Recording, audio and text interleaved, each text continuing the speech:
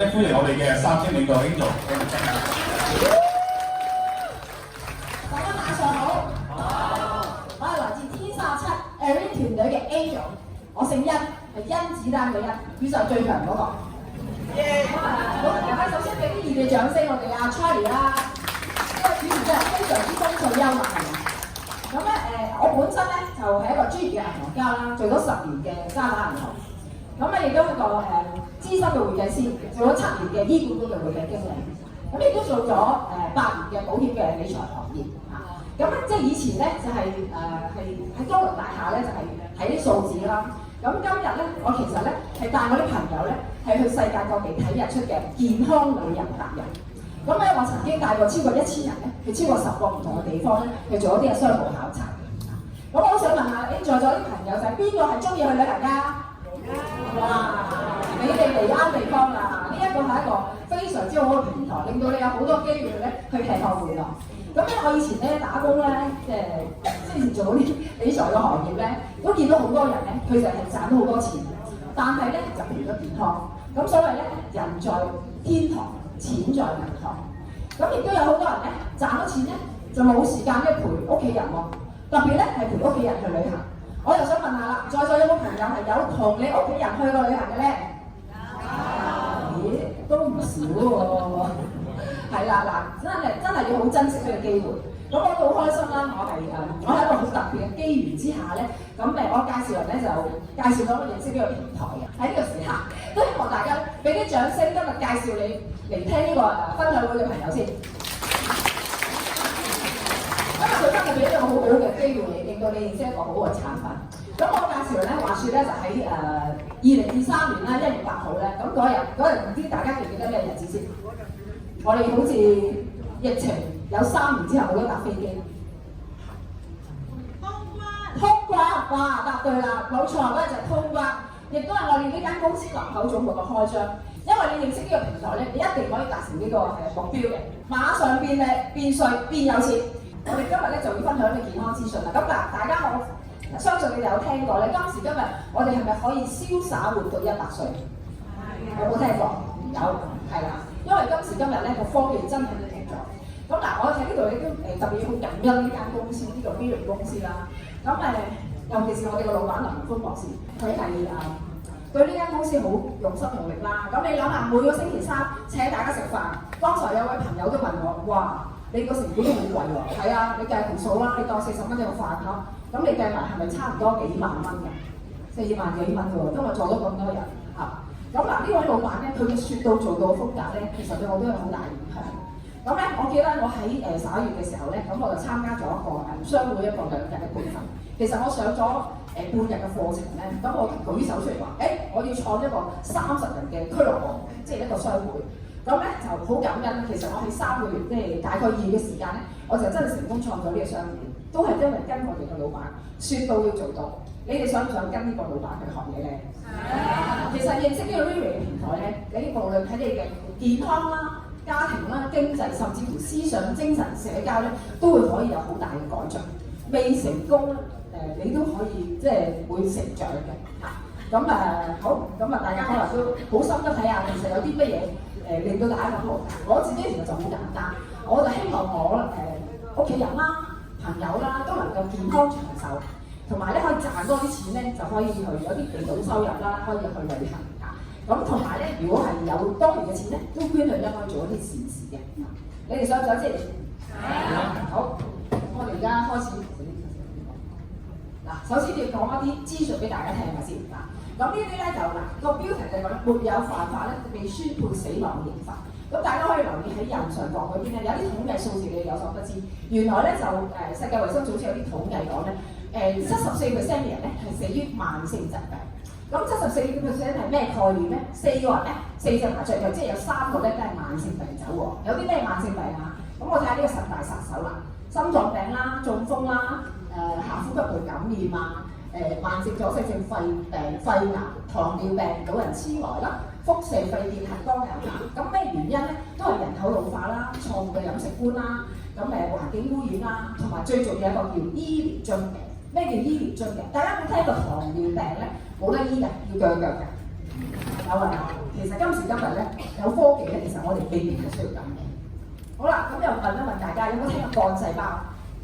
有，應該有啲朋友聽過嗬。叉燒包聽得過。其實幹細胞係咩咧？幹細胞其實亦都係個發現嚟嘅。發現意思即係話咧，佢已經係一直存在。咁只不過咧，因為其實根據以前嘅記錄咧，其實係有個醫生咧係90幾年前咧已經發現咗幹細胞。咁無意中發現咗幹細胞，佢唔單止醫好個病人，咁仲令到個病人多咗30年命。咁嗱，呢個幹細胞其實係咩咧？係精子卵子嘅結合啦。咁就係一個原始嘅細胞。其實咧，佢個有一個好大嘅神奇嘅本領嘅，因為咧佢係可以複製啦、分裂啦。咁9個月之後咧就變咗 BB 嘅。咁佢有啲咩本領咧？唔係我講嘅，好多媒體嘅報導啦、Time Magazine啊、嗰啲報紙咧都講過啦。幹細胞咧就可以醫治嗰啲人嘅骨質性關節炎啊、預防重組啊，同埋最吸引我哋嘅標題，唔知大家睇唔睇到？100歲定50歲嘅身體，哇犀利！你信唔信我而家有100歲？今日係未有100歲，但係咧，如果我想問大家啦，如果你係今日係100歲，但係你係保持翻你50歲嘅身體機能狀態，你想唔想？嗱，咁但係現今市場咧，其實我哋有唔同嘅攝取幹細胞嘅方法嘅。咁大家有冇聽過去瑞士打針？知唔知幾多錢？100幾萬啊！係啊，100幾萬。烏克蘭嗰邊咧就10萬美金。咁我哋去過咧馬來西亞嗰邊咧都有30萬至40萬嘅人民幣。咁內地咧其實10幾萬咧喺我哋考察過東莞嘅松山湖啦，10幾萬至20幾萬都有嘅嚇。咁呢個都係相當之昂貴。咁但係另一個咧第二個咧就叫做捐骨髓啦，呢個。因為咧幹細胞移植手術咧就指其實我哋骨髓裏邊咧係好多幹細胞嘅。咁但係呢個手術咧，哇唔單止貴，仲係有一個好大嘅問題，就係咧佢係冇麻醉劑嘅。哇，係咪想像都唔同？好啦，咁另外第三個啦，儲臍帶血有冇聽過？有。但係有個問題就係儲臍帶血咧，即係 BB 仔你20歲樓下你病嘅時候咧，係用你嘅臍帶血咧救翻你自己。咁但係當你係20歲之後先病嘅話咧，其實啲臍帶血咧都冇乜用嘅喎。好，咁另外咧就去美容院注射啦，有冇人試過？可能唔敢舉手。咁但係呢個咧，因為咧有個風險喺度咩咧？第一，我哋唔知道佢有啲咩人士幫你去注射啦，咁你唔知注射咗啲咩嘅物質落去，所以大家可能都聽過美容事故。咁最尾有一個咧叫儲存成人幹細胞。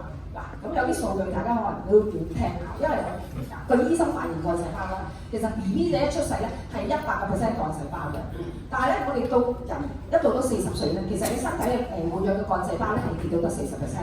咁點解大家會老咧？就因為你嘅幹細胞咧係越嚟越少，到7到80咧係越嚟越少。咁咧所以咧，如果你年紀大先至儲幹細胞，會唔會有啲為時已晚咧？同埋都唔平嘅喎。嗱，咁最後仲有個方法啦，咁啊睇下我問一問大家做唔做到先。大家今日有冇飲8杯水啊？有。有冇早睡早起啊？有啲人可能早睡到凌晨先瞓喎。咁有冇每個星期做運動啊？有冇可能生活冇壓力咧？冇。所以其實嗱，呢個咧雖然係唔使錢嘅攝取幹細胞嘅方法，但係咧可能大家都唔係咁容易做到。咁但係而家今時今日我哋嘅科技咁發達，有冇機會有一種方法係有效啦，又大家經濟實惠又可以即係支付得起嘅？咁就我哋介紹呢個口服膠囊嘅高科技。咁呢個咧我哋嘅科技已經係18年嘅，咁咧其實佢有6大科技。咁無論喺抽取嘅成分啦、保存啦，甚至乎喺我哋食咗身體裏面嘅吸收咧，都一致做到。咁第一個叫超臨界流體萃取，咁呢一個咧係我哋第7代嘅科技。嗱，咁喺呢度咧，我都想大家再次俾啲掌聲佢哋老闆。多謝。因為我哋嘅產品咧，由18年開始都係嗰個配方嚇，咁但係我哋由5種成分一路進化到今時今日係第7代，我哋先至有呢個超臨界流體萃取。我哋係可以抽取到保存咗個細胞嘅活性咧99%。好啦，咁另外咧，如果你話要保存去做一個膠囊，咁要保存3年啦。咁我哋有一個叫凍乾保存技術。咁呢個咧就有個原理係點咧？佢係可以保存到佢裏邊嘅生物活性。何謂生物活性咧？其實你啲紅豆綠豆你擺喺度咧，其實冇嘢嘅。但係當你咧俾啲水曬下太陽，佢就標翻個植物。咁呢個就為之生物活性。咁咁另外咧，我哋個氮氣活交流嘅技術啦，就確保交流裏邊咧就唔會被氧化，咁唔會有細菌啦嚇。咁呢個就係處理咗佢哋抽水成分同埋保存咯。好啦，咁食落個肚，大家驚唔驚啲胃酸打咗去？你放心，我哋會腸溶包醫技術，就係我哋個外殼咧係去到一個小腸一個鹼性嘅地方咧先至溶解嚇。咁跟住咧仲有我哋仲有個乳化嘅技術咧，就係話咧嗰個大分子變小分子咧喺個小腸裏邊咧，佢就係充分去吸收啦。咁另外咧，我哋仲有一個叫生物活性交流技術咧，其實都係確保大家去到小腸嘅地方咧，我哋吸收咗呢個營養成分咧，都係已經係你自己充分吸收到嘅。好，咁呢個就係我哋嘅產品啦。哇，靚唔靚先？呢個其實真係一個係好名貴嘅產品嚇，即係我哋都用名貴呢個字去形容佢。好，咁大家有聽過鹿嗱？其實我哋產品主要成分咧係鹿，同埋係來自紐西蘭嘅鹿。咁紐西蘭咧，大家有冇去過紐西蘭？有啲朋友應該去過，係啦。紐西蘭咧其實咧係四面環海嘅，咁所有啲鹿咧其實就即係唔會受啲猴頭症啊、瘋疾症嘅交叉感染，同埋鹿咧就其實自古周身都係寶。嗱，呢度我淨係集中講鹿胎同埋鹿肉，因為係我哋產品嘅主要成分。但係大家不可不知啊，鹿係食咩嘅？草，冇錯，仲係唔靚唔食嚇，即係最靚嘅草佢先食嘅。咁同埋咧喺我哋呢個產品咧，我哋喺鹿胎裏邊咧透過超臨界流體萃取咧抽取個成分啦，咁其實係冇殺生嘅，所以咧嗰啲食素嘅朋友咧都可以食。嗱，咁我哋咧同埋呢個產品就係我剛才所講嘅，我哋一路去進化，無論個包裝啦、成分啦，因為老闆就覺得我哋係需要有好嘅嘢咧，就一定係俾大家，咁所以咧我哋係真係一路進化咧，進化到今時今日，好似手機一樣咧，去到第7代，可能大家食緊第7代嘅時候咧，老闆定研發緊第8代，你大家有冇好期待咧？咁嗱，點解要食營養保健品？有冇諗過呢個問題？咁其實最主要當然好多時係疾病啦，因為環境係好多污染㗎嘛。咁但係有啲人就我又要排毒啊，又要補充啊、調養啊，又要逆齡啊，係咪？修復啊、維持啊等等嚇。咁咧，所以咧，我哋今次一個產品就可以滿足晒大家所有嘅希望啦。好，咁我哋產品咧，除咗有6大科技咧，仲有5大專利喎。攞專利易唔易啊？唔易㗎。嗱，其實呢個產品咧喺發展到第6代嘅時候咧，我哋已經好多證書，甚至乎好難攞嘅伊斯蘭嗰啲證書咧，我哋都有。但係到第7代咧，我哋甚至乎攞埋個專利。咁佢主要有啲咩成分咧？第一個咧叫做鹿胎活萃 （Soy Center）。咁我哋正話講係透過超臨界流體萃取咧，咁佢就抽取咗我哋保存咗個維活細胞嘅91%啦。咁另外第二個叫做鹿茸納粹 （Very Center）。鹿茸其實就係鹿角嚇，咁同埋我哋係攞最頂嗰幾片2-3片嘅寶納片係最多潛能幹細胞嘅嚇。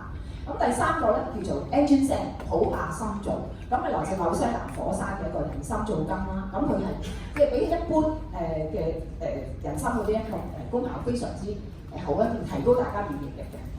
咁另外咧就呢一個第4樣個樣似咩啊？鹿角係啦，叫做佢一叫做換一換，叫做 extract， 其實係鹿角靈芝嚟嘅嚇。咁靈芝之中嘅一個極品啦，咁有好豐富嘅3篇類啊、多糖體啦嚇，咁同埋都係保養身體好多好處。咁同埋咧最尾一個咧，呢個藥叫做核心藥鹽 Nuclear Clever。咁呢一個咧係一本日本白草莓，有冇朋友食過？日本白草莓係啦，好味嚇。嗱，我哋咧係透過一個科技咧，我哋係萃取成棵植物。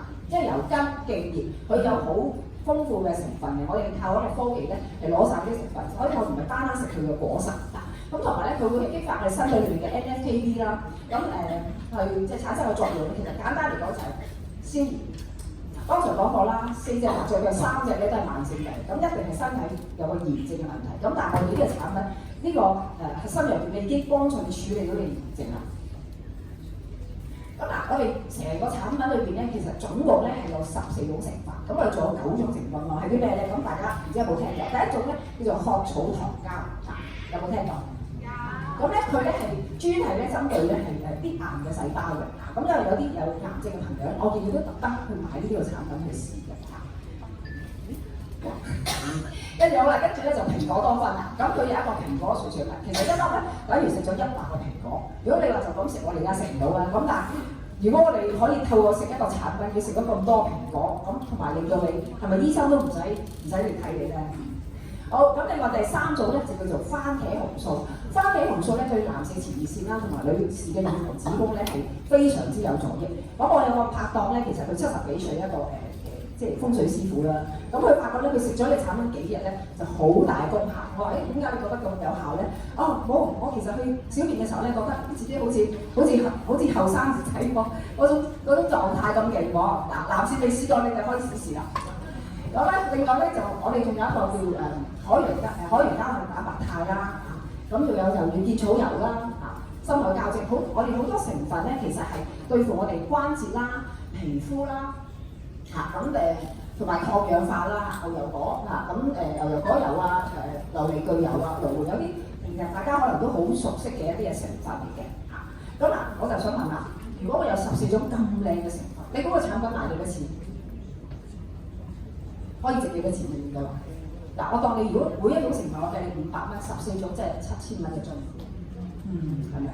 但係其實我哋唔使嘅嚇，唔使嘅嚇。但係你諗下，坊間有冇個產品好似我哋咁，可以做到補充、預防、填養、排毒、保護、修復嚇？其實所有嘅功能係全方位嘅嚇，其實就未必有嘅。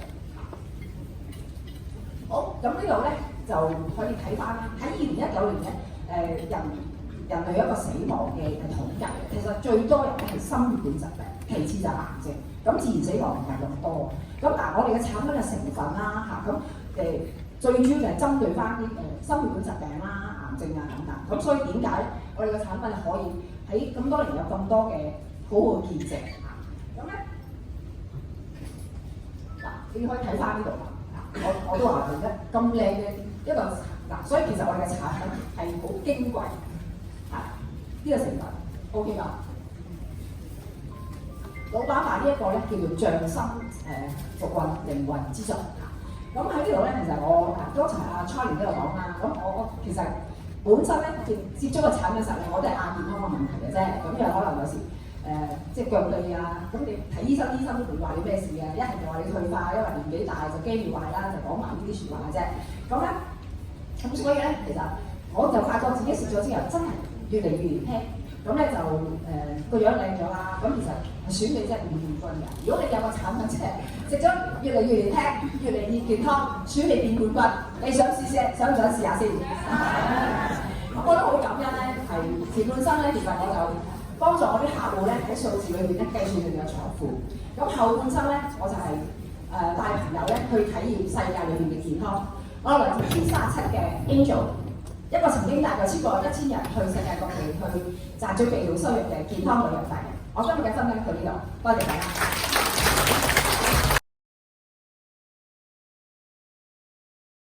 歡迎我哋嘅3星領導鍾燕萍。大家好，各位，我係來自蘋果 Win 團隊嘅一個3星領導，我個名叫鍾燕萍。多謝指教。第一次講好緊張，講一個見證分享。我同大家新朋友一樣，我係舊年12月10號同大家一樣，好似今晚咁樣就嚟聽健康分享會嘅。我嚟到呢度咧，最初係唔識啦，因為我係一個小白嚟嘅，其實。咁我之前嘅啲職業咧，就係做咗18年嘅培育工作。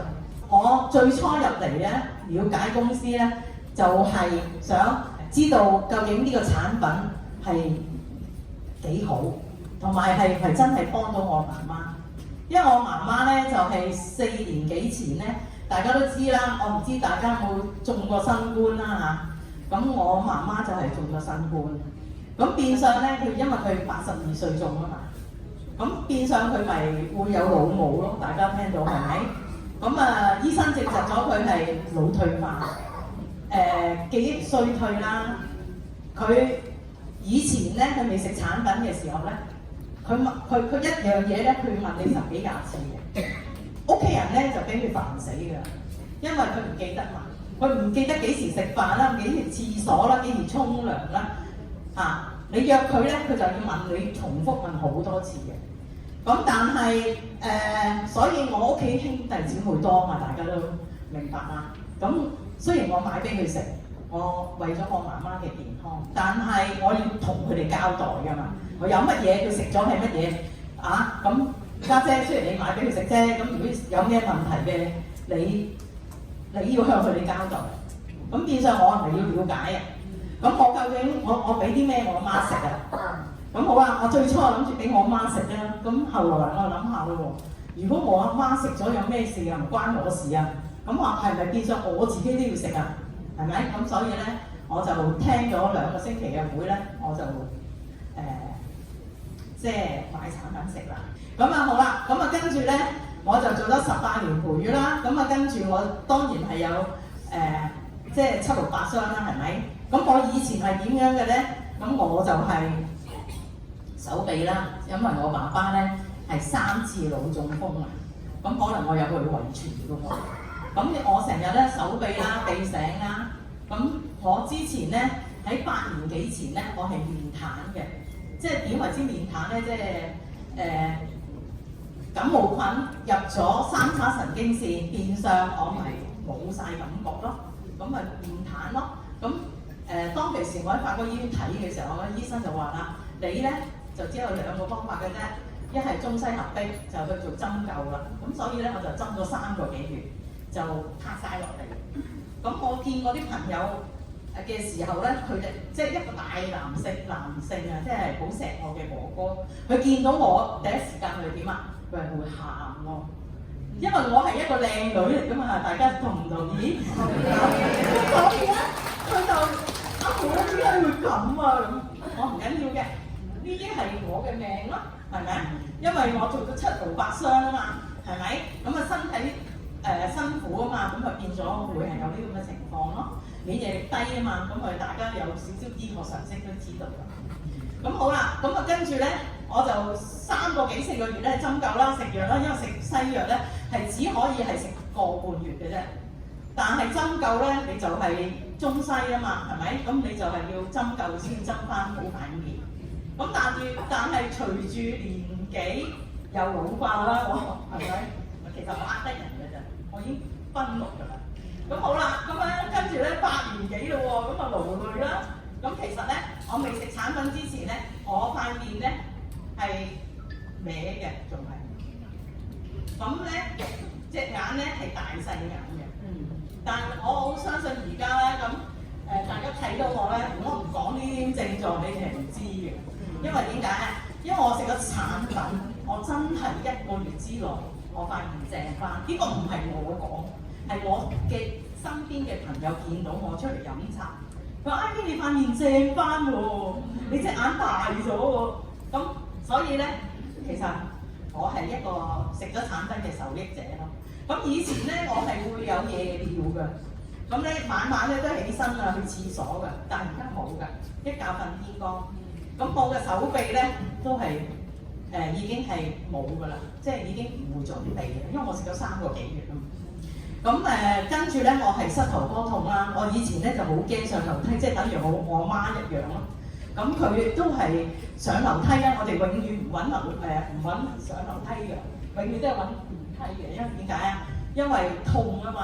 但係而家係冇嘅。我啲女係正窒我，就算我去即係中環嗰個咧，即係樓梯街咧，咪有條好長嘅電梯嘅。我唔係搭電梯㗎，我係直行上去嘅。我以前係行唔到嘅，係扶住落嘅。咁但係而家我唔需要啦，係咪？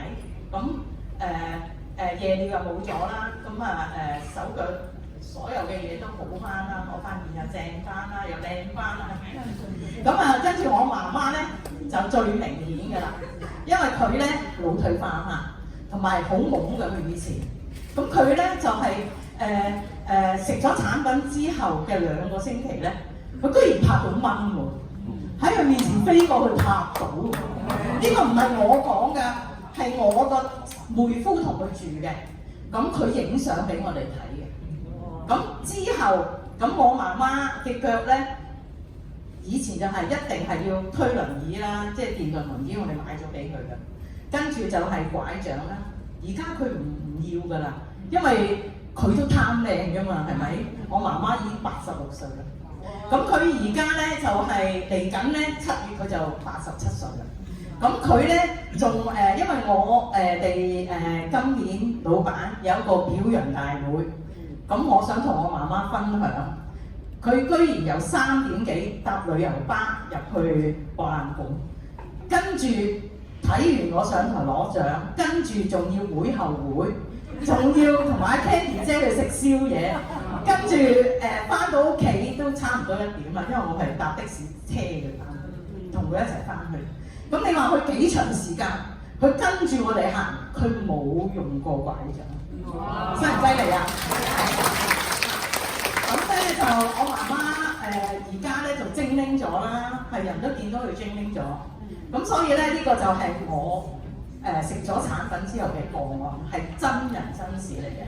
咁而係我嘅先生，佢因為佢打咗嗰啲疫苗啊，咁佢咧就過咗60啦嘛，咁佢嘅免疫能力咧係低咗，兼咧真係有後遺症嘅，就係皮膚啦。佢幾個朋友都係皮膚病，佢咧就年幾前啦，咁就開始就出嚟啦，咁啊證實咗佢係牛皮癬喎。大家你知道牛皮癬好煩嘅，咁啊食咗西藥啦，跟住原來咧中醫就話你食咗西藥咧變類固醇咧，你變相就入咗你嘅皮膚，咁你啲就入咗去咯喎，咁咧變相你又要食中藥去清翻佢出嚟，咁結果食咗5個幾月都唔得，後來佢就放棄啦，係咪啊？中西都放棄啦，大佬你乜嘢都話唔得，係咪啊？佢辛苦嗰個係佢自己嘛，佢係由頭身腳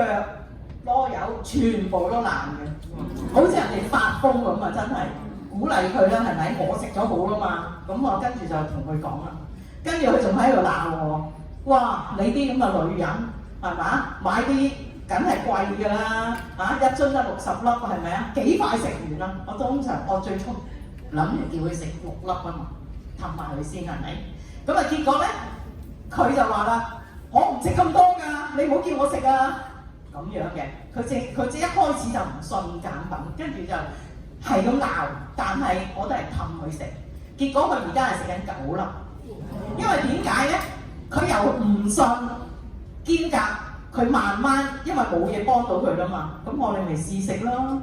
咁啊跟住而家咧，佢感覺佢嘅皮膚啊一笪笪爛嘅，即係好硬嘅，好痛嘅，但佢好彩佢唔行咯。咁但係咧，佢而家咧，佢感覺係修復喎。佢話，咁啊，所以佢就同佢身邊嘅朋友講：原來我老婆呢隻嘢係得嘅。佢話，咁啊，跟住咧，咁我就見到佢一個朋友，即係我哋嘅朋友啦，識咗好多年嘅朋友，佢突然間中風啊！原本我諗住早啲同佢講呢樣嘢，點知佢未講之前佢就中咗風啊！咁我就好一個好遺憾啊！點解唔早啲揾佢咧咁樣？咁所以咧，咁但係都唔遲啊，係咪？咁啊過年前我知道咗呢件事，第一時間咁啊俾1樽佢嗱，你攞去食下先啦，因為你都好嚴重係咪？點解啊？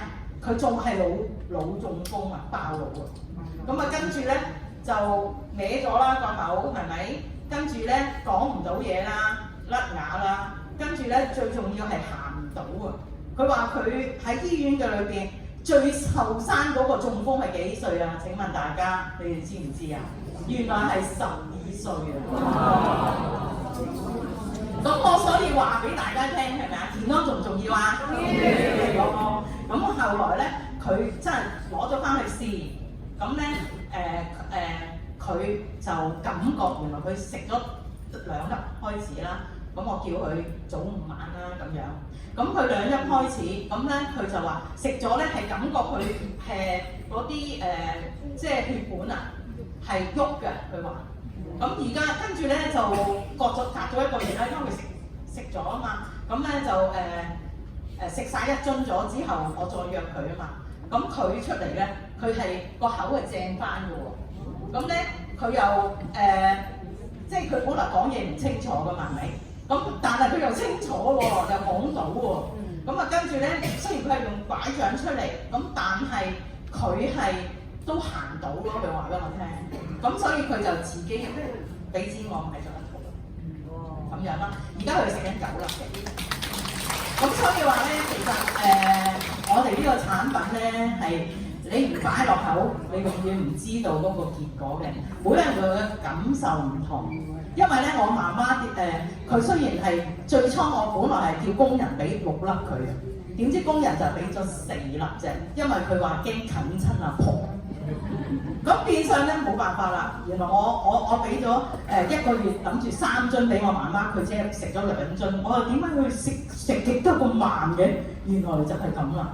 咁但係都好有 feel 喎佢，係咪？咁所以咧，我哋嘅產品好唔好啊？好。係啦。咁樣咧，我就7月開始我就陪月退休啦。咁我會全力以赴，因為琴日喺領袖分享會 ，Edison 喺度，佢講我哋究竟係全力以赴啊，定係盡力而為啊？咁我嘅得着就係我哋要全力以赴。我哋喺攞到健康之餘，我哋亦都攞到我哋嘅財富，係咪？咁好啦，今日同大家分享到而家啦，多謝大家。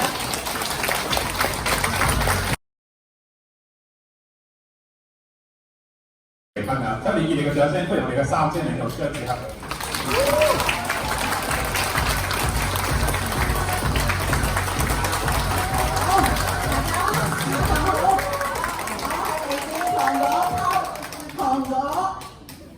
我其實係嚟自36星光組織嘅糖果團隊嘅張志克3星領導，係大家晚上好嘛？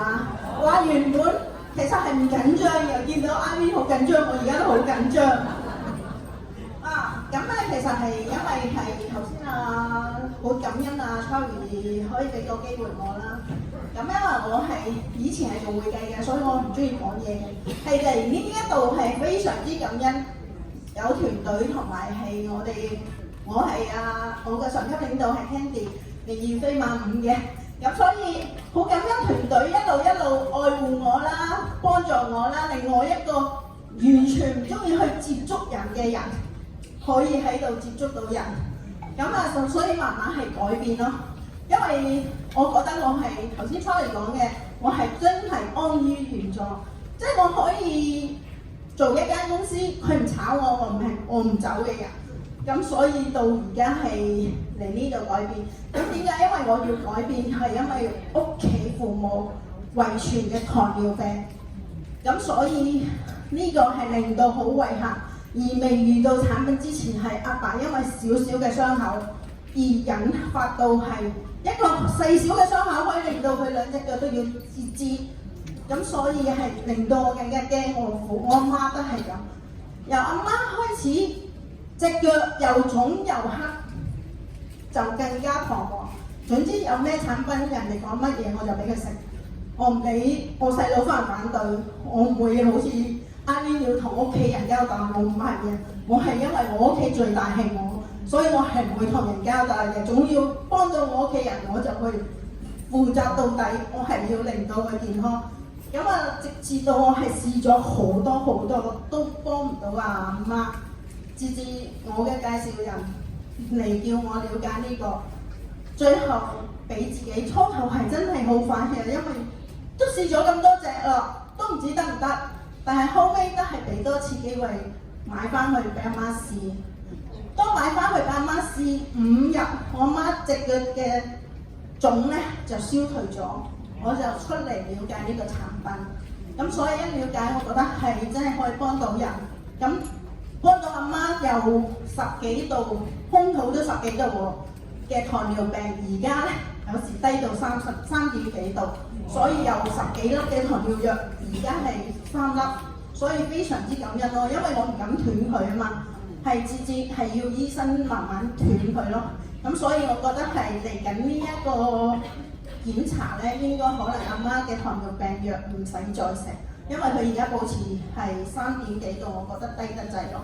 另外係自己啦，自己一路嚟，大家都會覺得小事係咪好健康啊？冇乜嘢，我都覺得自己係冇乜嘢嘅。但係我有遺傳嘅大家有冇試過唔行得啊？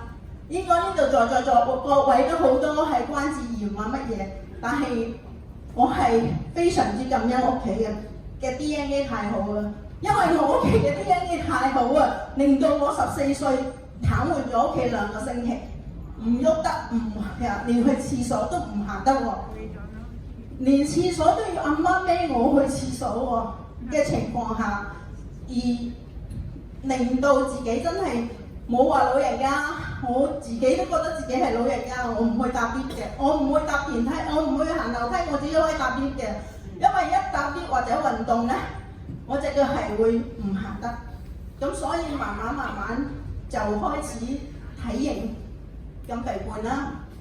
咁所以呢個都係產品，食完產品開始之後，我而家可以行樓梯咯，我唔需要同啲阿婆爭電梯咯。咁所以非常之感恩呢個產品啦。咁啊自己仲有太多，我有隱性地中海貧血啦，大家應該有啲都有㗎，係咪啊？嚇，我有隱性地中海貧血，血小板低，血色素低，大家會唔會去捐血啊？我捐唔到血㗎。但係我係用完呢個產品可以捐到血喎，又係呢啲係遺傳性嘅喎，遺傳基因喎，係捐唔到血嘅喎。咁但係我係用咗呢個產品6個月之後，我可以捐到血喎。咁呢啲係咪可以幫到啊？血庫可以 O 型啊嘛，大家 O 型而家血庫好缺少啊，有 O 型嘅人快啲去捐血啦。呢度係呼籲埋，因為我電話成日收到叫我捐血。係啊，咁所以我覺得呢個產品之外係真係幫到自己、幫到人、幫到屋企人，所以大家自己條命值唔值錢啊？我覺得自己條命好值錢，同埋我覺得我個孫條命都好值錢，所以我開始2個零月，我個孫有一次唔舒服，我唔帶佢睇醫生，我個女要我湊啊嘛，要我湊就我話事，啱啱啊？我話事㗎嘛，咁我就開始少感冒，我就係俾幹細胞佢食，到而家冇睇過醫生喎，歲零啦喎，非常之感恩呢個產品咯。出麻仔我都冇帶佢睇醫生喎，我都係俾幹細胞佢食。咁呢啲大家敢唔敢啊？我有啲人話嗱，我黐線嘅，咁細個都唔去睇醫生，但係我真係覺得我自己黐線嘅，但係我對產品有信心啊！我覺得我係幫到佢啊，所以我個孫好精靈㗎，大家有見過嘅，係咪覺得我個孫好精靈啊？因為我抱嚟呢度佢唔扭計嘅喎，佢可以聽足全場會喎，係喎。咁所以我嘅未來嘅飛馬，另外飛馬之一咧就係我個孫啦。係啊，所以係呢度係非常感恩我哋呢度公司有咁好嘅產品啦，咁好嘅同事啦，咁好發展部啦、培訓部啦，特別係我真係感恩我哋韓國團隊嘅所有領導，係非常之感恩大家。咁我分享到而家。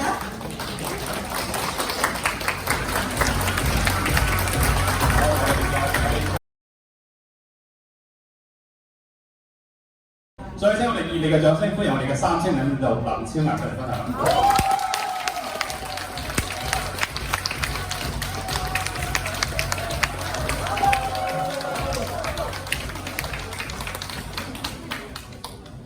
非常感恩我個團隊，咁山長水遠嚟呢度捧我場，亦都非常多謝公司Elton、Henry 同埋David 同埋 Charlie 在座所有嘅香港同事啦，今次再一次俾機會我喺呢度分享，亦都非常感恩飛馬領隊 Kiki 姐同埋捧場領隊陳老師、謝總、興姐同埋強哥，咁多年一直對我個陪伴不離不棄，同我哋所以有今日我喺呢度分享個少少嘅故事吧。我為什麼要接觸呢個公司呢？因為當我已經退休20年啦，大家都知道我年紀係幾多㗎啦，唔知啊，因為咧，我唔知在座退休嘅人有冇退休恐懼症，我就會有呢一樣嘢啦。因為我哋以前咧喺大陸都係香港老闆過嚟大陸呢邊開工廠嘅，我哋係做製衣㗎。當我哋退休之後，因為同老闆香港老闆打工咧係非常之緊張嘅，雖然係坐寫字樓，所做咩嘢都要跑晒步嘅。反正今日個工你唔完成，你都要攬翻屋企，你再去做咁樣。正因為係咁樣退咗休落嚟，我就話嚇，人生唔好就係咁樣就靜止落嚟啦，所以就好有恐懼症，好有抑鬱。咁到時候屋企啲小朋友，即係同埋個老公就話：既然間你咁唔開心，就返工廠啦，因為我哋係自己開工廠㗎。咁我返去工廠一段時間，哇！亦都唔係我想要嘅，因為點解咧？發生咩事咧？個個唔敢揾老闆，只要揾老闆間糧，即係我先係老闆間糧啊！乜嘢事都係揾我，唔敢揾老闆，所以無形中壓力非常之大，所以咧就係好辛苦。但個仔見到阿媽係咁，你不如翻屋企啦咁。雖然嘅人係翻屋企，但係個心都係顧住工廠嘅。咁咪一直都係咁樣一段時間。後尾就知落個仔你翻去打麻雀啦，唔好理間廠啦。咁足又打咗10年麻雀，渾噩就浪費咗10年時間啦。咁咧，因為打牌雖然時間係好快過，但係你知唔知啊？啲手腳打到麻木㗎。我最好就話上邊有個環可以黐住自己，可以打長久啲咁。所以亦都唔係我想要嘅，我想要睇有啲咩嘢可以能夠自己咁樣嘅年紀都可以創一番事業。就至就俾我遇到我個貴人黃醫生。佢就之前未係之前咧，嗰就係我個同事孔雀領隊吳花興，快啲啦！我叫做 N， 佢叫 N 做，我哋兩個同一個部門。佢知道我屋企老公係有啲亞健康嘅，佢在7年前已經同我講健康。任何一個人同你講健康嘅人，相信大多數都係唔認同嘅。係，我又足足拒絕佢1年，但係1年時間佢又不離，反正有啲咩嘢活動佢又叫你嚟，我就索性將佢帶下佢。雖然佢同你講呢樣嘢你唔認同，你會默默去睇呢個人，到底係你幾時俾人哋騙晒啲錢，係你幾時死，係咪咁諗法啊？大多數人都係咁樣嘅，但係咧，我就默默觀察咗呢個人。以前同埋一個單位，佢係一個鵪鶉嚟嘅。鵪鶉係咩？你哋大家知道好怕事嘅。一老闆叫佢入嚟，貨期幾時交啊？嗰陣就行震㗎啦。當佢退休之後，50歲退休，哇！52歲嚟考個車牌，而且一次過 pass。所以我就覺得，我真係營養可以改變一個人，咁就慢慢俾佢梳擺之後，入咗嚟呢度。咁咪入咗嚟之後咧，真係非常之開心喎！如果你冇一個好嘅身體，你何來到處飛？係咪啊？我哋真係咁Kiki姐咧，到處去飛，所有個國家我哋都去。只要Kiki姐話，即係。去唔去啊？我哋又去邊啊？只要你唔嫌棄我老，我就跟去。所以就係咁樣。咁又允許我講下我自己嘅故事好嘛？俾少少時間我。因為我咧由細咧，自從我懂事嗰一刻，我係哮喘嘅。我細個時係哮喘，童年咧真係瞓唔到覺嘅。日間仲好，一到晚黑你一瞓唔到，睇下個以前咪有個鐘嘅，係冇錶噶嘛。哇！先係點零鐘，點捱到天光啊！因為我屋企係三姊妹啊，我係中間，一後一尾係仔，我係女。爸爸就非常之錫呢個女嘅，但係無意中就染咗呢個哮喘病，點算呢？所以民間所有個偏方都俾我用食，但係又食咗好多嗰啲支身體叫做支開盤，應該叫支三仔係嘛？啲狗啱啱生出嚟啲狗，啲毛毛狗又食咗好多，食咗好多開盤，真係一個咁樣嘅人，所以呢個係直至到結婚啦，直至到結婚之後咧，都係生小朋友，即係何時小朋友嗰陣都有啲咁嘅事發生，但係你何咗小朋友，你亦都唔敢去食藥啦，就係咁慢慢咁樣。但係有時啲即係我祖婆啊，佢就講人生咧，如果當你生咗小朋友錯意錯得好嘅咧，你都會有個轉折點嘅。咁啊，即係自己聽啲老人家講啦 ，BB 一出世之後，什麼水果啊、生菜，即係菜類同埋果類嘅，通通都唔食，就係食嗰啲什麼木瓜煲豆、花生啊，食咩鹹魚煎肥豬肉啊咁，成個月都係食啲咁樣嘅，成個月都唔使洗頭嘅。好在 BB 出世嗰陣都係10月份係冬天啫。如果都係天時熱就慘啦，所以咧又係咁樣，又唔知係咪呢個轉折點呢個原因，之後慢慢呢個病就唔見咗去啦，就慢慢就消失咗啦。咁但係我之前所食嗰啲嘢都係開盤啫嘛，係咪啊？豬仔衫都係一樣係開盤，但係嗰陣係比較單一咯，但係依家呢一個就唔同啦。咁我點解要講呢樣嘢咧？因為我不知不覺都唔見咗呢個疾病啦嘛。但係好似24年我哋咪連續有2場嘅培訓會，第一場就係去泰國，泰國呢之後咧，出隔一日馬來西亞又有一場，我哋為咗追住老闆嗰一場去咧，咁我哋又直接飛去馬來西亞。點知嗰日間仲好地地嘅，仲去馬來西亞雲頂玩啊，整日都好開心翻嚟。當時我哋喺泰國飛去馬來西亞，只留低我哋4個人，一個 Kiki 姐啦、陳老師同埋彤彤，我哋4個，然之後再聽埋老闆嗰一行課嘅。晚黑佢就突然間喘到好犀利，哮喘到好犀利。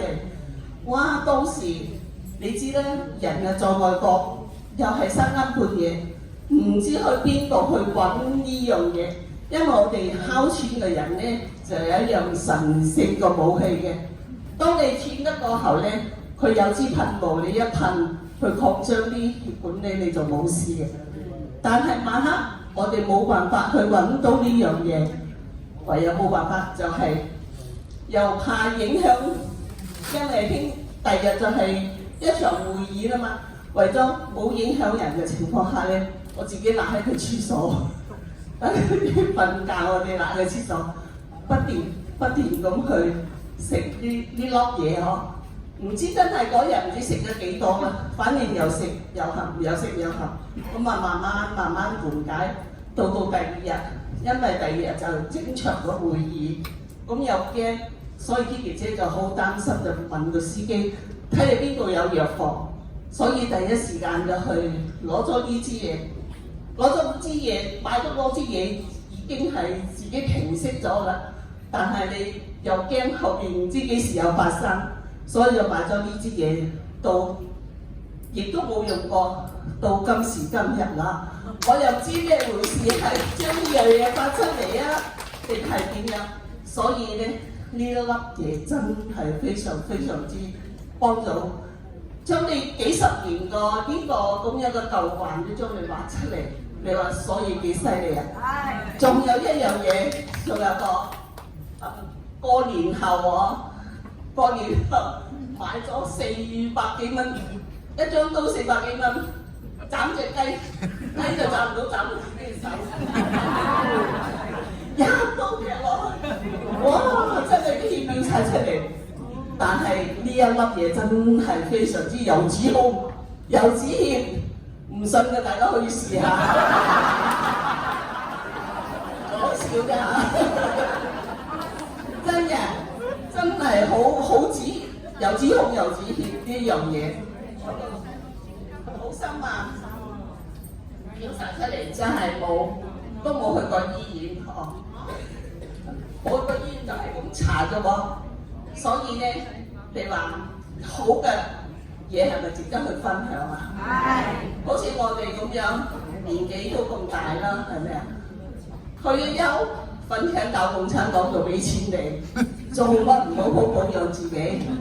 係咪？做乜將啲錢咁早交俾佢醫院？係咪啊？所以我幾時都諗，幾時都同人哋講，用2年嘅退休金時間，好好調理下自己。同政府鬥長命，啱嘛？瞓醒覺你有錢啊，你做乜要咁蠢？係咪啊？所以咧，自己保養好自己，冇讓疾病嚟得咁快，遲啲讓自己嘅生活質量好啲，係咪啊？可以跟我哋 Kiki 姐周遊列國，呢個我哋係最想要嘅。你喺呢度咧，有咗自己嘅健康身體咯。亦有可以賺到少少零花錢，何樂而不為？我今年7歲，似嗎？係啦，所以咧，在座各位新朋友真係值得去深入去了解呢樣嘢。如果我俾我以前張相你哋睇啊，嚇得個個都走咁唔好。係㗎。我以前蒲美容院就蒲咗唔少啊，真係可以蒲到幾棟樓你一個人，都係冇法解決我個班。但係喺呢度幾年時間，慢慢個班長就俾人哋解除咗啦。所以你話值唔值啊？好，希望大家個分享幫助到大家，多謝。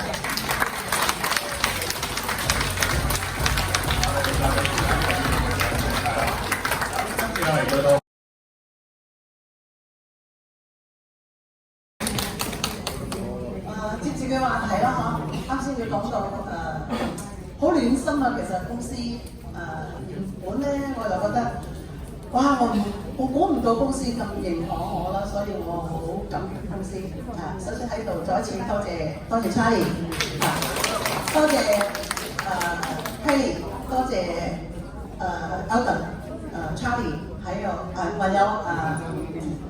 David 仲有 Marco， 係多謝你哋啊！首先咧，我覺得好多謝佢哋俾呢個機會，我再一次上台嚟分享咯，鍛鍊我自己嘅演講能力啦嚇！再一次借助大家掌聲，多謝公司嘅同事。啱先幾位分享者分享到好唔好啊？好，非常好啊！因為咧，我覺得佢哋好無私啊！因為呢有一句話講得冇錯嘅，就係左手接福，右手傳愛，係咪啊？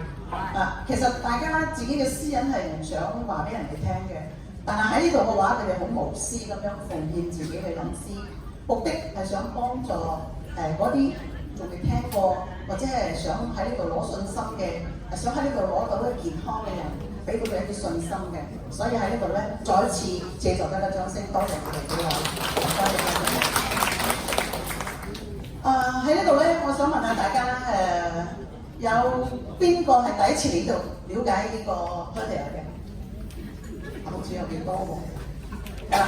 你覺得啱先嗰幾位上嚟嘅話咧，你覺得佢哋有冇公司有冇俾着數佢哋先上嚟講嘅？應該係冇㗎嗬。而且應該係冇公司打個稿俾佢哋去呢度記嘅，係咪啊？全部都係自己一啲故事嚟嘅，係咪啊？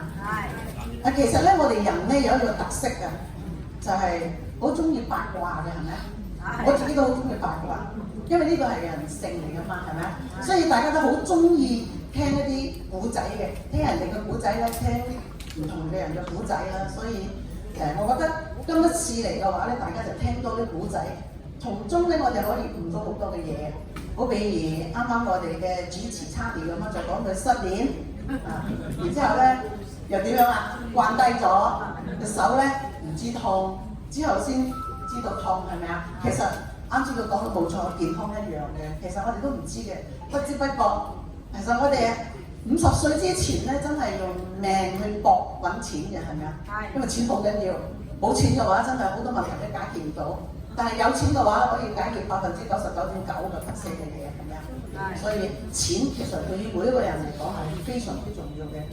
但係咧喺呢個同時咧，我哋除咗用命嚟去揾錢之外，到咗我哋50歲之後，係咪用翻我哋嘅錢去買翻我哋健康啊？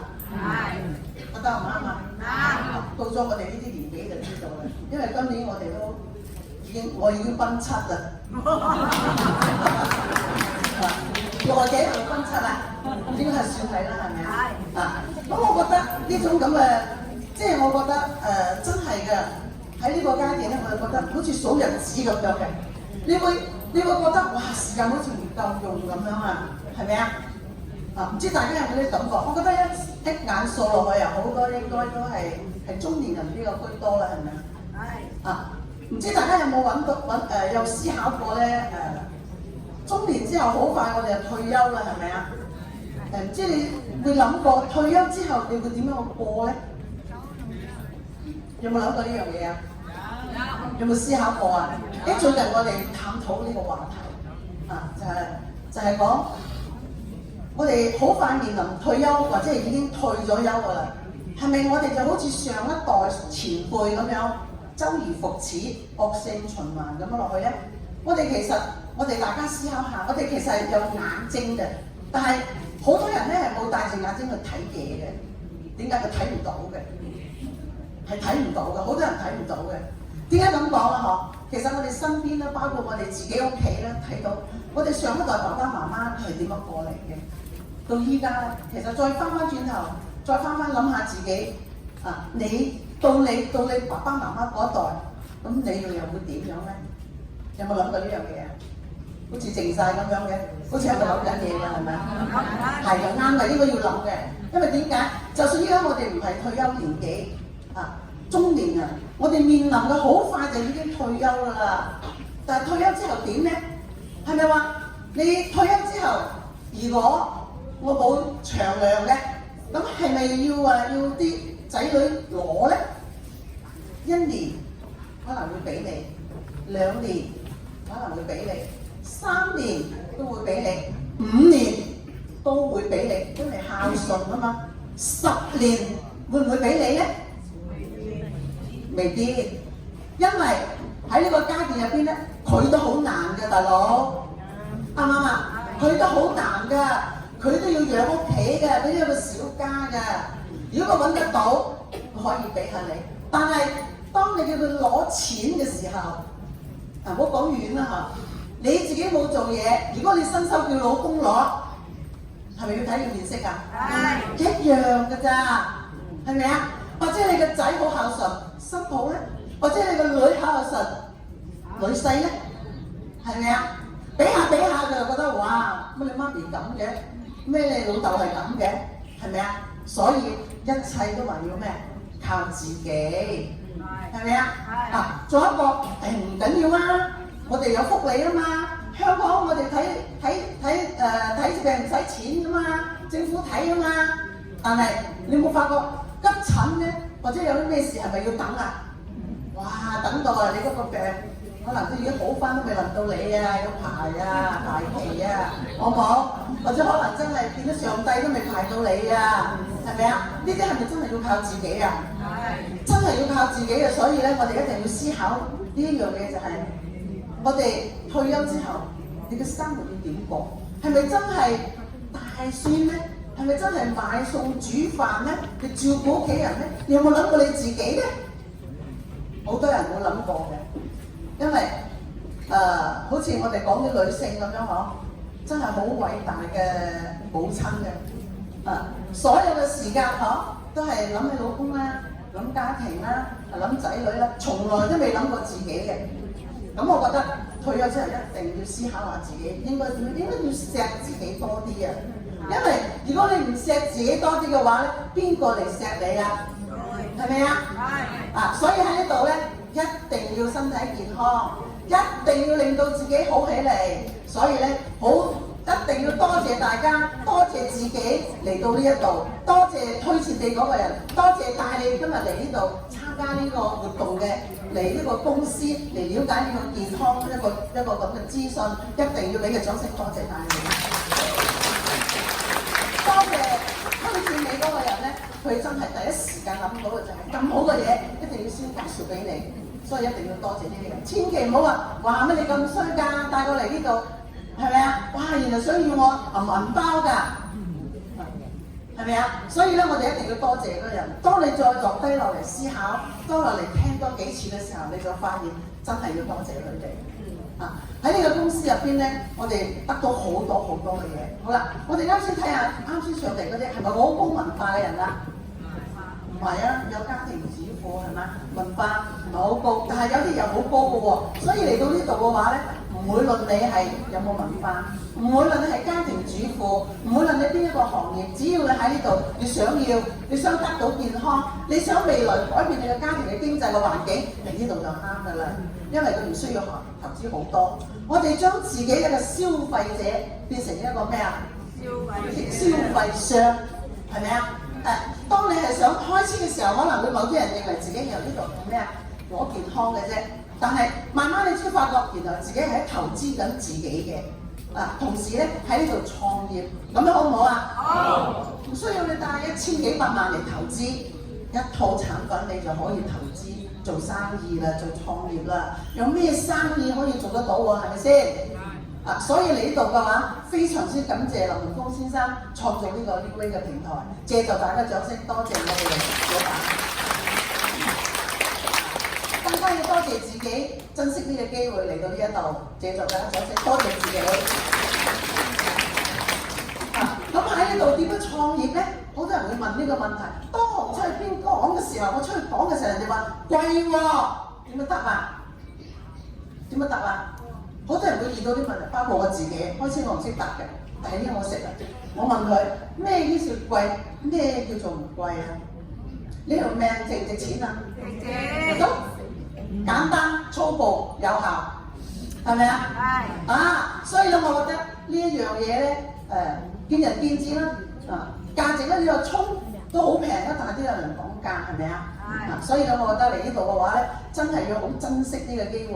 好啦，嚟到呢一度嘅話，公司非常之偉大嘅原因就係，好似今日我哋雖然嚟呢度係聽一個健康嘅資訊，但係佢都驚我哋食唔飽、着唔暖、賺唔到錢、聽唔到嘢，所以咧俾我哋食飯免費，係咪啊？所以再一次多謝公司俾呢個咁好嘅環境，我哋甚至乎咧唔需要我哋餓住個肚嚟去聽呢個健康嘅資訊。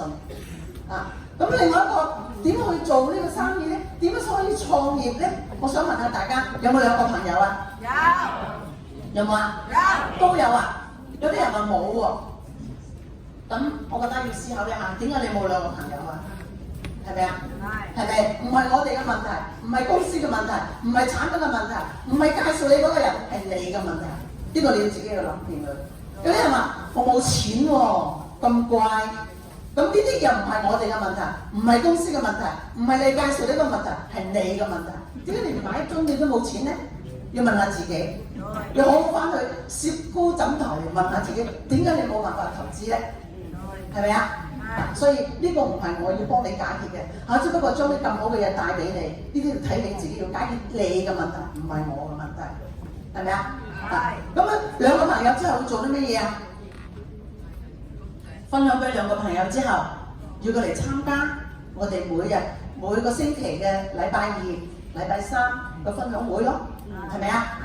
咁自己唔知點講啊嘛，帶佢嚟呢度俾大家嚟影響佢咯，俾呢啲活動嚟影響佢啦，係咪啊？呢個就係我哋公司有個系統喺度啦。咁我哋公司嘅系統咧，就唔單止我哋禮拜二、禮拜三呢啲會議，仲有咩會議啊？仲有表彰會議啦，有冇參加我哋上個月29號我哋嘅表彰大會啊？呢度有冇人去參加啊？好多人參加嚇。呢一個咧就係我哋公司其中一個系統啊。另外一個咧，仲有我哋經常公司舉辦嘅一咩嘢啊 NDO 嘅會議。NDO 就係教識我哋點樣去做呢個生意。首先你列名單啦，係咪啊？列名單列幾多個啊？15到20個。唔需要列多㗎，哇！有啲列成10張紙出嚟，唔需要㗎。15到20個名單就 OK 㗎啦。然之後喺15到20個名單入邊咧，選4個佢認同呢個公司、認同呢個產品就 OK 啦，就呢個生意就可以做啦。之後咧會點樣啊？哇！有啲人就好似做 sales， 不斷去揾啲人㗎喎，係咪啊？OK 嘅，開始嘅時候咧要揾多啲案例，因為點解？係要增加你自己做呢個生意嘅信心。當然我哋對呢個產品有信心，同時咧你要增加多呢個信心，攞啲案例係你自己嘅案例。我曾經試過因為唔識做啊，曾經試過咧就係喺應該係10幾年嘅時候啊，我就因為喺我翻去國內做呢個市場嘅時候咧唔識做，又冇案例喎，咁我就喺新加坡叫咗一個朋友。包食、包住、包飛機、包帶佢去玩1個禮拜，就為咗乜嘢？為咗帶佢翻嚟做我個案例。但係當時我帶呢個人翻嚟嘅時候，所有人都唔認同嘅。佢話你帶佢翻嚟，你要講咩就講乜嘢咯，最後都冇用，冇效果，錢就使咗啦，冇效果，係咪啊？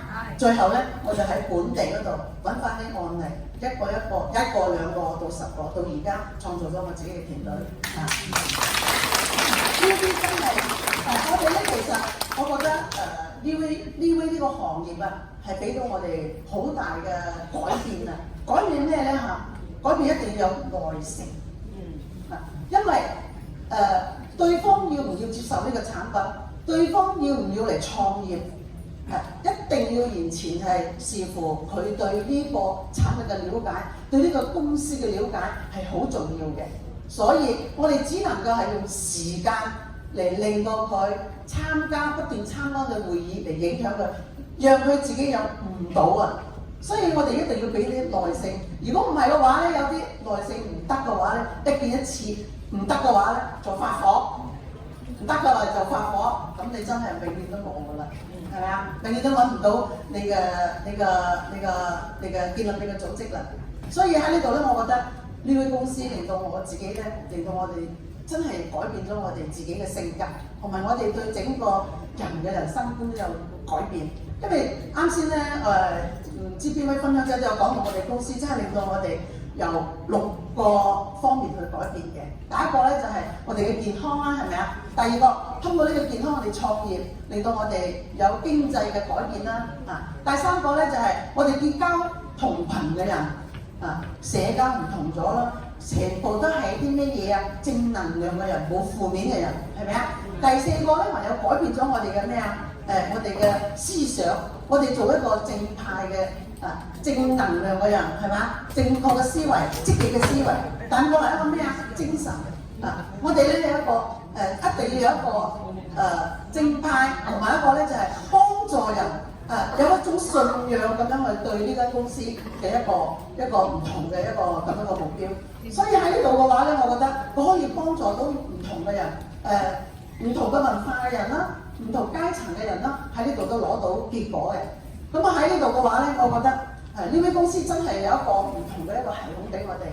咁啊，佢唔同嘅系統嘅話，你只要我哋跟住佢走好似我哋咁樣，我哋上台分享嘅人，包括前排成功嘅人，都唔係話有3頭6臂嘅即係點解佢哋可以成功咧？因為佢好跟。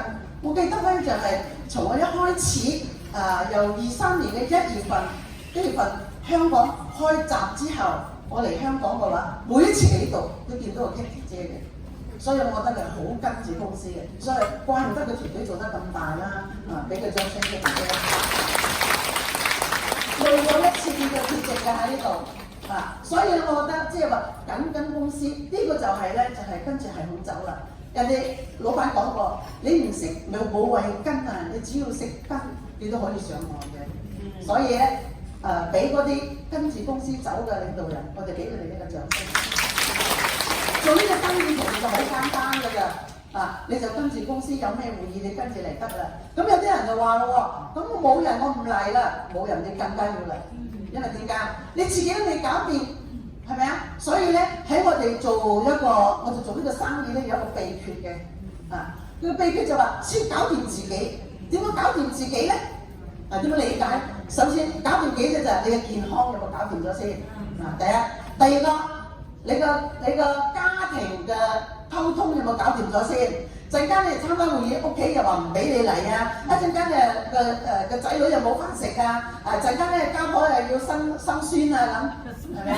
好多子女嘅啲藉口，係咪啊？所以咧就係呢啲嘢咧，就要自己先搞掂咗先。第二個咧，還要搞掂嘅老公係咪好多人有老公反對㗎？搞唔掂老公嘅話咧，老公一樣會唔俾你。晏啲翻嚟，哇！你去邊度嚟啊？係咪啊？哇！如果晏啲翻嘅話，幾百個電話得 call 你，係咪？你會冇呢個精神喺度啊？會亂係咪啊？所以一定要搞掂自己，好多個方面都要搞掂自己。仲有着裝，係咪啊？我哋出去嘅時候，我哋係咪一個好專業嘅形象啊？呢啲就叫做搞掂自己，係咪？仲有知識你夠唔夠咧？我哋啱先今日講嘅14嘅成分啦。14嘅成分，你食透咗未咧？你理解透未咧？如果人哋問你，哇呢個係咩嘢嚟㗎？你都講唔出，咁你點樣搞掂自己咧？咁你就冇辦法去影響人哋啦。所以呢個生意就係咁樣開始。所以你如果未夠靚嘅，你就食到佢靚到比之前20年前仲靚嘅，咁你肯定得。肯定得係咪啊？嗰個就係嘛，笑嘅人發咗嘅人肯定係咁樣㗎啦，係咪啊？所以我哋都係一個過嚟嘅，再一次俾我哋公司嘅掌聲。同時一個咧，我哋一定要咩啊？一定要跟住系統走，跟住呢個系統走。我哋嘅系統咧就係咁多年嚟嘅，老闆就係用呢個 MBO 10個點可以創造由2個老人家開始到依家，全球有70間分行，70幾間分行，你可想我哋公司係幾有實力。由2個老人家開始，所以我哋唔好認為我哋依家開始2個人係老人家，其實我哋一定要當佢係寶，因為咧1個老人家就代表一個市場，市場係咧笑啊，哇有一個人喺度笑啊，所以我哋嚟嘅人就係你嘅市場嚟嘅，只要跟住公司嘅口走嘅話，你一定可以嘅。咁同時一個咧喺呢18年嚟啊，公司係喺每隔1個月都有舉辦咧表揚大會啦。同埋一個咧領導培訓會議嘅，咁好啦。呢18年嚟嘅話咧，公司不斷去付出好大嘅代價，目的係乜嘢啊？令到相信佢嘅人，相信佢哋領導人能夠喺呢度咧，令到佢哋可以成功嘅。咁好啦，隨着呢個社會嘅進步，科技嘅發達，我哋呢個行業又開始進步啦。咁喺5月2號嘅話咧，公司亦都開始將我哋嘅培訓會議開始升級，換一個賽道都係黃，聽到未啊？換一個賽道都係黃，亦即係話，當我哋換一種方式嚟去引領大家走向成功嘅時候，我哋同樣都係一個黃嚟嘅。所以呢位公司真係好有實力嘅。好啦，喺5月2號。我哋再先嚟睇一個片段，好嘛？好。我哋先嚟睇一睇個片段。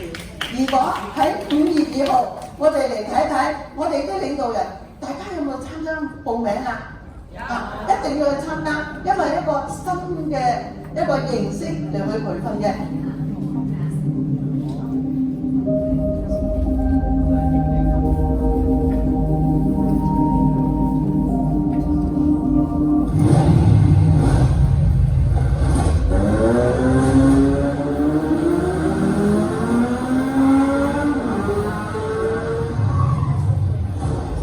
赛道，我依然称王。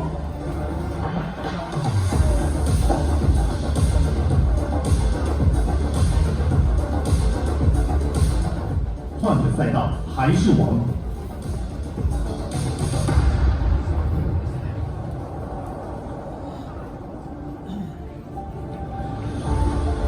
他用肩膀撑起我的高度，如今我活成他的骄傲。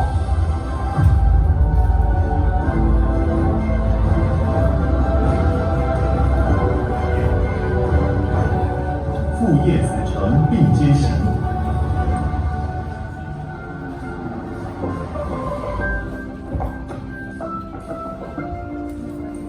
外表是优势，实力才是答案。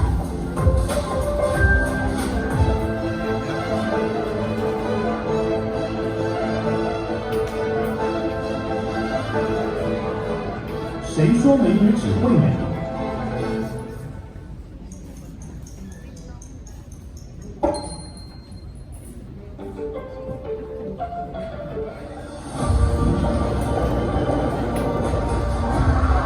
世界本来就是我的舞台。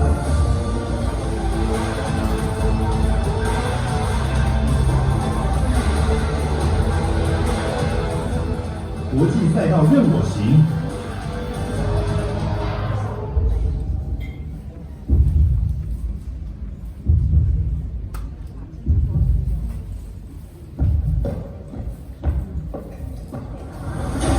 在冰床上，我学会重活一次。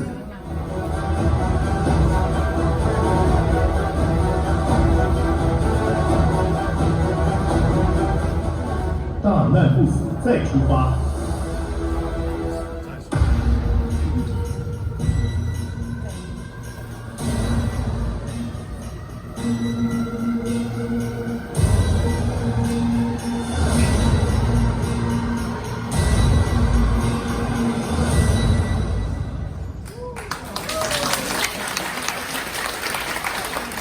就啱先俾大家睇個片咯嗬，公司其實咧喺度去調整緊呢個培訓會議。以前咧，我哋參加培訓咧係五六個人到講一日嘅係嘛，一個人咧講一個鐘頭。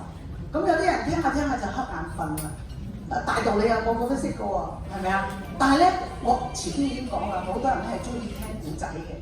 咁我覺得公司會因應時代嘅發展，因為而家啲人嘅耐性唔會有咁有耐性㗎啦。咁我覺得如果用30個人嚟講5個主題，每個人分享自己一啲故事，係咪更加中意聽啲啊？會入腦啲啊？公司就知道你哋係咁，所以咧就開始要調整啦。所以我覺得呢個好吸引我哋去聽，因為我哋都好想聽下呢啲咁成功嘅領導人，佢哋又點樣過嚟嘅咧？係咪啊？佢哋嘅以前嘅前世同埋後世又係點樣過嚟嘅咧？係咪都中意聽啊？所以咧，我覺得我哋一定要去聽，聽翻嚟之後咧，可能你要得到更多，又容易入腦啲嘅喎，係咪啊？所以咧，接住落嚟，我哋一定要參加呢個培訓會議。從佢哋30位嘅領導人入邊聽唔同嘅一個故事，翻嚟我哋就收集咗30個故事啦，係咪啊？因為之前我哋參加啲培訓會議，都唔知點樣去推介佢，係咪啊？唔知點樣推崇佢，係咪啊？唔知點樣去推崇呢啲領導人，但係聽咗個古仔之後咧，你會好容易去推崇呢個人，去賣呢個領導人，係咪啊？就等於依家阿 Marco 我識賣佢噶啦，因為點解？我聽咗好多次佢講佢自己係點樣過嚟嘅，你會同佢覺得好會親啲啊，佢距離會近啲，係咪啊？如果淨係喺台上聽佢講嗰啲主題嘅話，你會覺得好似冇咁近到佢哋，唔知點樣去賣呢個人，係咪啊？咁所以我覺得，哇！即係我覺得林文峰老闆好厲害啊！真係，我哋呢間公司真係好犀利嘅，俾個掌聲我哋公司。真係好期待，非常之期待呢一次嘅領導培訓會議，非常之期待咁樣我覺得一定要好好珍惜呢間公司咯。同時一個咧就係、我哋喺呢度嘅話，再一次多謝呢間公司，多謝我哋嘅香港嗰啲同事俾呢個機會我，亦都好多謝大家聆聽我嘅分享，多謝，我將個麥交翻俾我。我哋再俾啲電影。